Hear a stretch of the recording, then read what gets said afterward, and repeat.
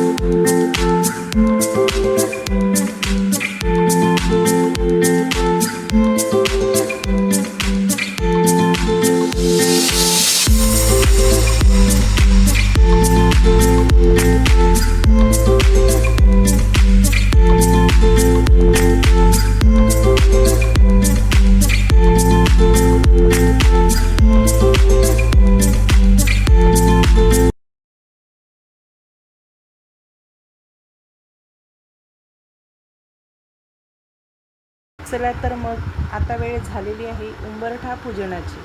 आपल्या घराचा उंबरठा हा फक्त प्रवेशद्वार नसून तो घरात येणारा लक्ष्मीचा आणि शुभ ऊर्जेचं प्रतीक मानला जातो। हळद, कुंकू, फूल आणि सुंदर रांगोळीने उंबरठ्याचं पूजन करूया। घरात नेहमी सुख, शांती आणि भरभराट राहो अशी मनापासून प्रार्थना करूया।